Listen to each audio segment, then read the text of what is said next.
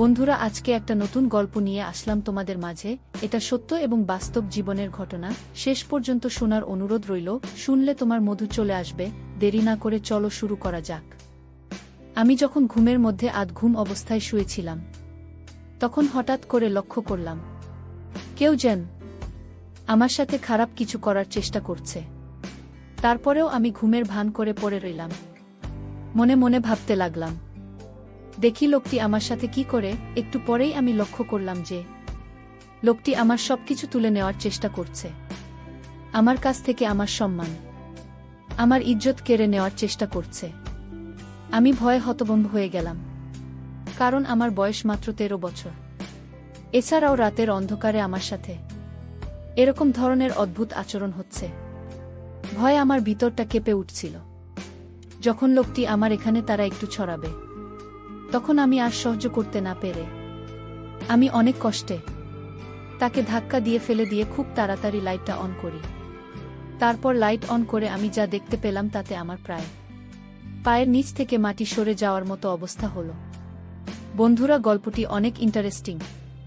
আশা করি তোমরা পুরো গল্পটি খুব মনোযোগ সহকারে শুনবে। তবে গল্পটি শুরু করার পূর্বে তোমাদের নিকট আমার বিশেষ অনুরোধ, তোমরা অবশ্যই আমার চ্যানেলটি সাবস্ক্রাইব করে আমাকে সাপোর্ট করবে। হ্যালো বন্ধুরা, আমি সুস্মিতা আক্তার সুমি। আমার ডাক নাম সুমি। আমার বাড়ি ফরিংপুর। আমার বর্তমান বয়স 22। আজকে আমি তোমাদেরকে যে গল্পটি বলবো, তখন আমার বয়স ছিল মাত্র 13। ঘটনাটি হয়েছিল বন্ধুরা আমার আপন মামার সাথে, যেখানে আমার মামাই আমার জীবনের সর্বপ্রথম এত বড় সর্বনাশ করেছিল।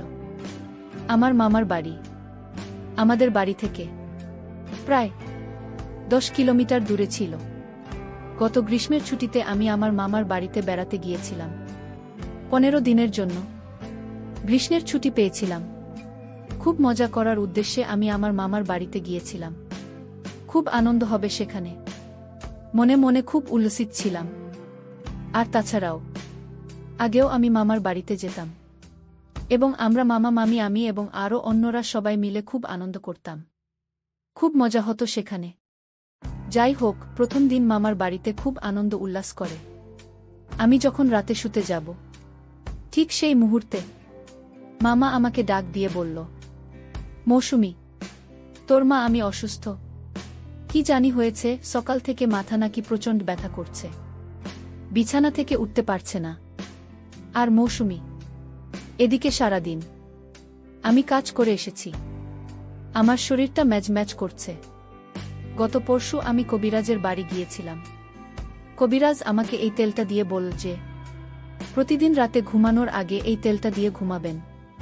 তবে তেলটি যাকে দিয়ে দেবেন তাকে বলবেন অবশ্যই তেলটি যেন প্রথম এসে নাক দিয়ে শুকে নেই।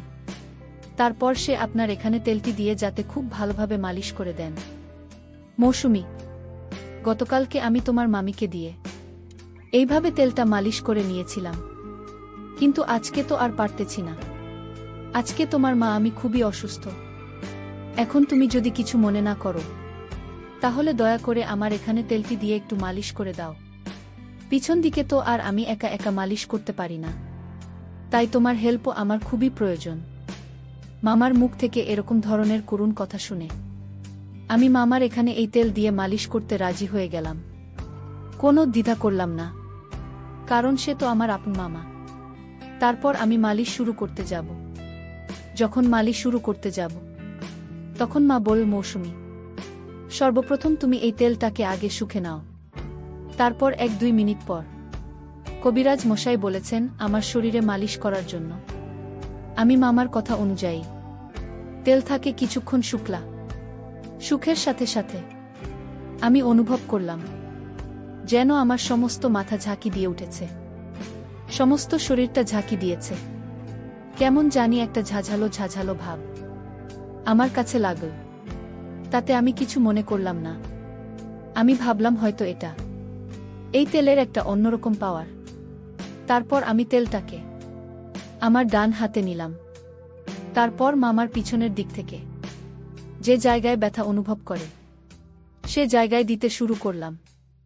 মামা খুব আরাম পাচ্ছিল মনে হচ্ছে আর বলছিল, মৌসুমী, তুই তো খুব ভালো করে মালিশ করতে পারিস। এত সুন্দর মালিশ তুই শিখেছিস কোথা থেকে? আমি বললাম, মামা। আমার বাবারও এরকম ধরনের ব্যথা করত। ছোটবেলায় আমি বাবাকে এভাবে মালিশ করে দিতাম আর বাবাও খুব আরাম পেতে। বাবার কাছ থেকে মূলত এরকম সুন্দর করে মালিশ দেওয়া শিখেছি। মামা আমার কথা শুনে মুচকি হাসি দিল আর বল, তাই? আচ্ছা ঠিক আছে মা, তাহলে আমাকে একটু ভালো করে মালিশ দাও, আমি তোমার মালিশ পেয়ে খুব আরাম পাচ্ছি। একেবারে চোখে ঘুম চলে আসছে মামার মুখ থেকে এরকম ধরনের প্রশংসা শুনে। আমি খুব আনন্দ পেয়েছিলাম আর মামার এখানে মালিশ দেওয়ার জন্য খুব আগ্রহী হয়ে যাচ্ছিলাম, কারণ মামা আমার খুব প্রশংসা করছিল। বন্ধুরা, তোমাদেরকে একটি কথা বলে রাখি, মেয়েদেরকে কোনো কাজে যদি প্রশংসা করা হয় তাহলে সেই কাজে কিন্তু মেয়েদের আগ্রহ অনেকটা বেড়ে যায়। আমার অবস্থাও ঠিক সেরকমই হয়েছিল।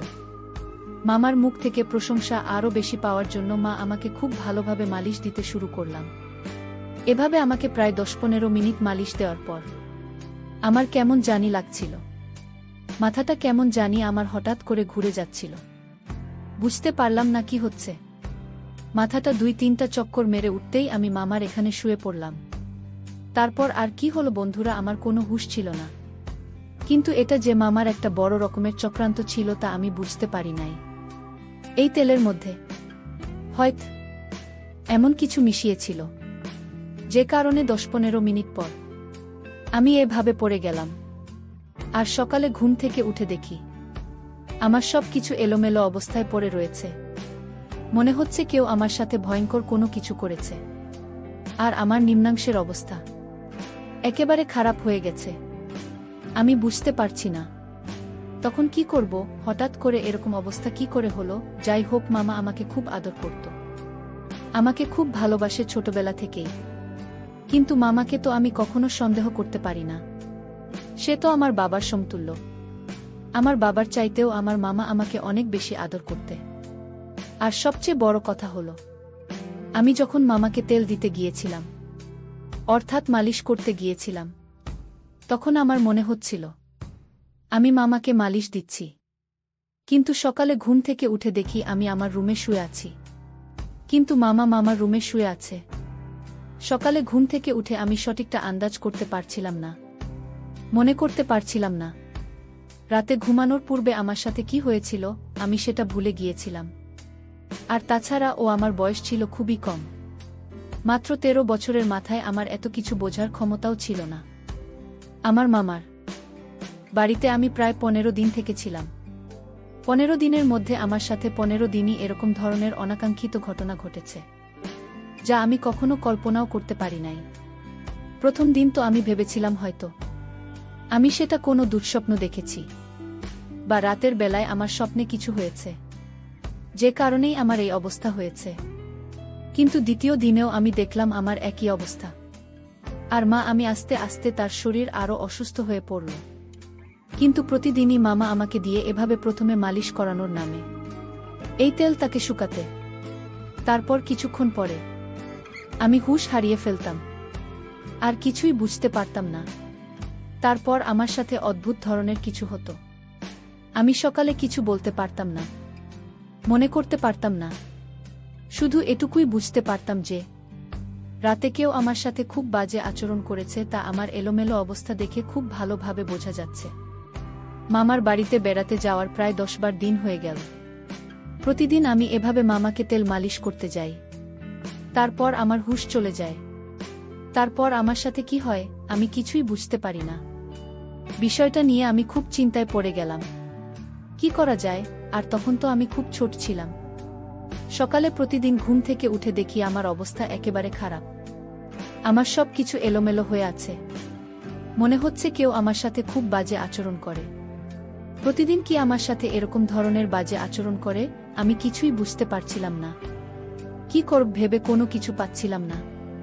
হঠাৎ করে আমার মাথায় একটি বুদ্ধি আসলো, আজকে আমি দেখব কে আমার সাথে এরকম করে, কার এত বড় দুঃসাহস। আর তাছাড়া মামার বাড়িতে মামিমা মা আর আমি ছাড়া অন্য কেউ তো নাই। তাহলে আমার সাথে কি এরকম আচরণ করে? আমি তো কোনো কিছু ভেবে পাচ্ছিলাম না। আর মামা আমার সাথে এরকম আচরণ করবে তা তো আমি কোনোদিন কল্পনাও করতে পারিনি। চিন্তা করলাম আজকে যেভাবেই হোক এর রহস্য আমাকে খুঁজে বের করতে হবে, জানতে হবে কে আমার সাথে প্রতিদিন এরকম ধরনের আচরণ করে। পরের দিন রাতের বেলায় মামা যখন আমাকে ডাকল তার এখানে তেল দিয়ে মালিশ দিয়ে দেওয়ার জন্য, তারপর মামা যখন বলল তেলটা আগে শুকে নিতাম, আমি একটা টেকনিক কাটিয়ে আমার নাকের ভেতরে তোলা ফিটিং করে দিলাম। এমনভাবে তোলা লাগিয়েছিলাম যাতে এই ওষুধের যে পাওয়ার, ওষুধের ক্ষমতা, সেটা আমার নাকের ভিতর দিয়ে কখনো আমার ভিতরে না যেতে পারে। আর যদি না যেতে পারে তাহলে আমি আর অজ্ঞান হব না, তাহলে আমি বুঝতে পারব প্রতিদিন কি আমার সাথে এরকম ধরনের নোংরামি আর বাজে আচরণে মেতে ওঠে। মনের মধ্যে কিছুটা ক্রোধ, কে আমার অগোচরে সে আমার এত বড় সর্বনাশ করছে। পরিকল্পনা অনুযায়ী আমি আমার কাজ করতে লাগলাম। কিন্তু সে দিন যখন মামার এখানে তেল দিয়ে মালিশ করতে যায় তখন আর আমি অজ্ঞান হইনি, কারণ এই তেলের মধ্যে যে প্রয়োজনটা ছিল সেটা আমার এখানে ইফেক্ট করতে পারে নাই। তারপরেও আমি পূর্বের মতো ভান ধরে পড়ে রইলাম। কিছুক্ষণ পর দেখলাম মামা আমাকে শুইয়ে আস্তে আস্তে তার রুমে চলে গেল। আমি অবাক হতে লাগলাম যে মামা তো আমার এখান থেকে আমাকে সুন্দর করে শুইয়ে তারপর চলে গেল, তাহলে সকালে ঘুম থেকে উঠে আমার এরকম অবস্থা হয় কেন? ভাবলাম আজকে সারা রাত সজাগ থাক, দেখ আমার সাথে কি হয়। চিন্তা করতে করতে কোনো ঘুম আসছিল না, মনের মধ্যে শুধু একটাই চিন্তা, আমার সাথে কি হয় তাহলে? মামা তো আমাকে কিছু করল না, তাহলে কি আমার সাথে এরকম করে? এসব ভাবতে ভাবতে ঘণ্টাখানেক পরেই দেখলাম আস্তে আস্তে কি যেন দরজা খুলে আমার কাছে আসে, আমার পাশে দাঁড়িয়ে আমার মুখের দিকে তাকিয়ে আমাকে 3টা ফু দিল। তারপরেও আমি ঘুমের ভান করে পড়ে রইলাম, মনে মনে ভাবতে লাগলাম, দেখি লোকটি আমার সাথে কি করে। একটু পরেই আমি লক্ষ্য করলাম যে লোকটি আমার সবকিছু তুলে নেওয়ার চেষ্টা করছে, আমার কাছ থেকে আমার সম্মান, আমার ইজ্জত কেড়ে নেওয়ার চেষ্টা করছে। আমি ভয়ে হতভম্ব হয়ে গেলাম, কারণ আমার বয়স মাত্র 13 বছর। এছাড়াও রাতের অন্ধকারে আমার সাথে এরকম ধরনের অদ্ভুত আচরণ হচ্ছে। ভয়ে আমার ভিতরটা কেঁপে উঠছিল। যখন লোকটি আমার এখানে তারা একটু ছড়াবে তখন আমি আর সহ্য করতে না পেরে আমি অনেক কষ্টে তাকে ধাক্কা দিয়ে ফেলে দিয়ে খুব তাড়াতাড়ি লাইটটা অন করি। লাইটটা অন করার সাথে সাথে আমি যা দেখলাম তাতে আমার 2 চোখ মুছে গেল। অর্থাৎ আমার নিজের মামাই আমার সামনে মাথাটা নিচু করে দাঁড়িয়ে রইল। আমি রাগে ক্রোধে আমাকে খুব তিরস্কার করতে শুরু করলাম আর খুব দুঃখ প্রকাশ করলাম আর বলতে লাগলাম, মামা তুমি আমার আপন মায়ের ভাই, অথচ তুমি আমার সাথে এই কাজটি করবে তা আমি কল্পনাই করতে পারি না। এই বলে আমি খুব কাঁদতে লাগলাম। তারপর মা মাথাটা নিচু করে আমার এখান থেকে চলে আসলো। সেদিন রাত পেরিয়ে সকাল হলে আমি আমার মামার এখানে গেলাম। মামা আমাকে দেখে খুব হাসি খুশি করছিল। মনে হচ্ছিল না যে সে রাতে আমার সাথে এরকম ধরনের একটা জঘন্য কাজ করে। তার এই আচরণ দেখে আমি অনেকটা হতবাক হয়ে যাই। ভাবলাম আমার মামা এত খারাপ, এত জঘন্য। আস্তে আস্তে আমার মনটা খারাপ হতে লাগল। এক পর্যায়ে আমি মামার সামনে কেঁদে দিলাম। আমার কান্না দেখে মামা খুব বিস্ময়ের সাথে আমাকে জিজ্ঞেস করল, মৌসুমী তোমার কি হয়েছে, তুমি কাঁদছ কেন? মামার এরকম আহ্লাদের কথা শুনে আমার কাছে আরো বিরক্তিকর লাগছে। এক পর্যায়ে আমি মামাকে বলতে বাধ্য হলাম যে মামা তোমার বাহিরে এক রূপ আর ভিতরে আরেক রূপ। তুমি আমার সাথে যা করেছ তা কোনোভাবে মেনে নেওয়া সম্ভব নয়। আমার কথা শুনে মামা খুব হতবাক হয়ে গেল আর বলল, মৌসুমী এসব তুমি কি বলছো? আমি তোমার সাথে কি করেছি? তুমি আমার মেয়ে, তুমি আমার সাথে এভাবে কথা বলছো কেন? তুমি আমার মেয়ের মতো, আমি তোমাকে মেয়ের চাইতে আরো বেশি দেখি। আর মৌসুমী আমার সাথে এভাবে কথা বলছো কেন? তখন আমি বললাম, মামা তুমি রাত্রে আমার সাথে জঘন্য আচরণ করো নাই, আমি যখন ঘুমিয়েছিলাম। মা বলল, কি বলছে আমার সুমি?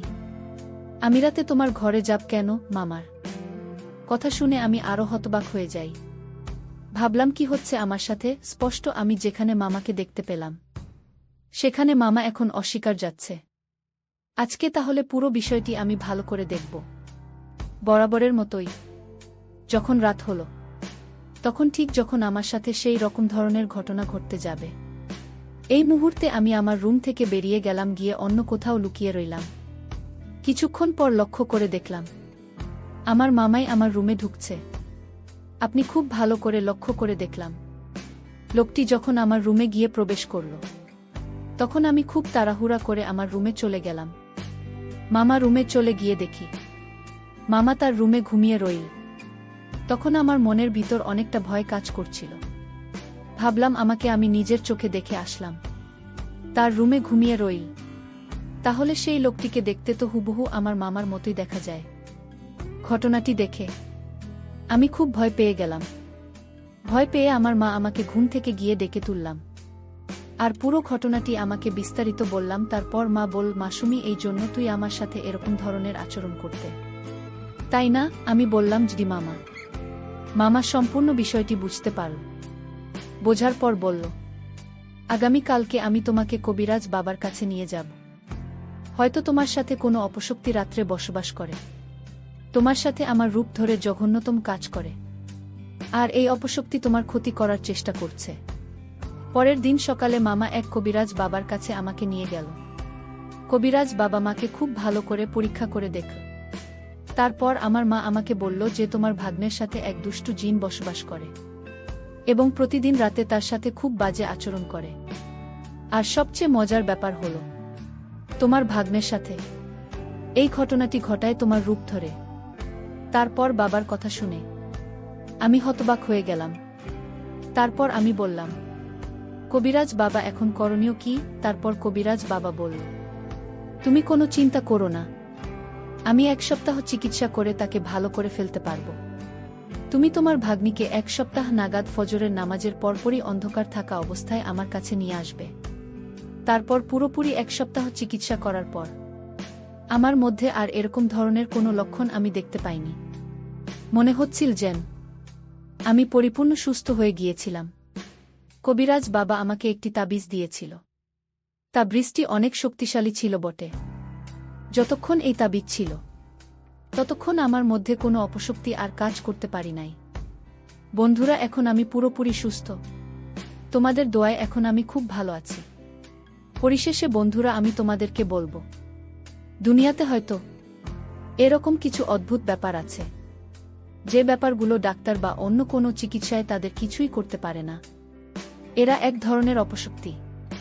হয়তো এটাও বিধাতার কোনো এক সৃষ্টি, যা কোনো না কোনো কারণে মানুষের ক্ষতি করার চেষ্টা করে।